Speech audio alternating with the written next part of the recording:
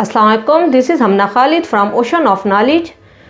Today we will discuss the remaining types of part of speech one by one. We have discussed 3 types of part of speech in previous lecture. Today we will discuss the 4th type, that is verb. What is verb? A verb is a doing word or action word. It is used to express action or state. The examples are Karachi is a big city. In is a verb.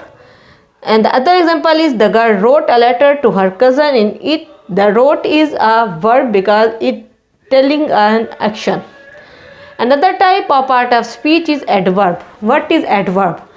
Adverb is a word which qualify verb, adverb or adjective.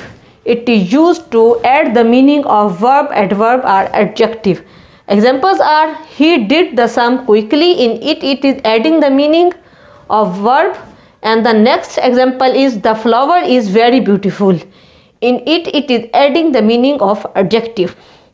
And other type of part of speech is preposition. What is preposition? A preposition is a word which is used with noun or pronoun to show how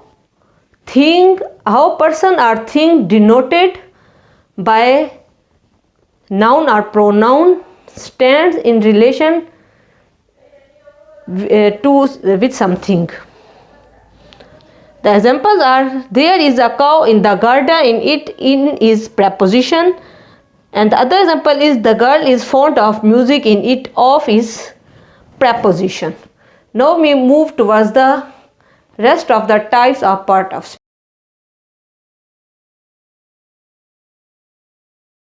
We discuss the other type of part of speech, that is conjunction. What is conjunction? A conjunction is a word that is used to join 2 words or 2 sentences. For example, Ali and Haris are cousin. In it is joining 2 words, Ali and Haris, and it is conjunction.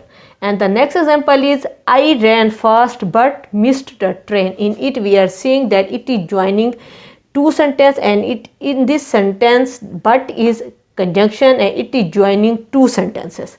Now we move towards another type of part of speech, that is interjection. What is interjection? Interjection is a part of speech which expresses sudden feeling. For example, hurrah, alas. These are interjections because they expresses sudden feeling. The example is hurrah, we have won the game. In it, hurrah is interjection. The next example is alas, she is dead. In is alas is interjection. And other examples may be, for example, what a shame, what a beautiful bird. In it, what, these are interjection. The next part of speech, that is the last one, that is determiners. Determiners are the words that are used to limit the meanings of noun. That determines or limit the meanings of noun. I told you some modern grammars include determiners in part of speech, and the part of speech are in part of speech, and the determiners are a, and, the, this, that, these, those, very, each, some, any, my, his, one, two, etc.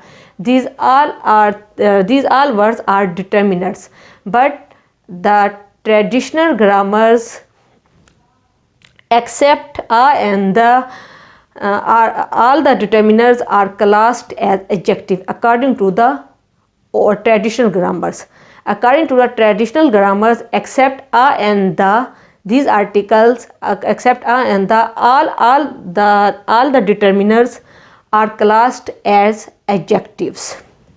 And I told you that there are total 8 part of speech according to the traditional grammars. Till here all parts of speech are completed, but the modern modern grammars add determinals also in part of speech. Now one notable thing is that as words are divided into different classes according to their work they do in a sentence, it is not clear that we cannot say that this words belong to this part of speech unless we see how it was used in a sentence. Now I give you the example in it the same word was used in different part of speech. For example, they arrived soon after. In it, after was used as adverb. The next example is they arrived after us. In it, after was used as preposition.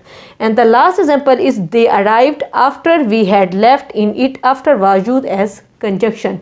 We can see that the same word after was used in different part of speech.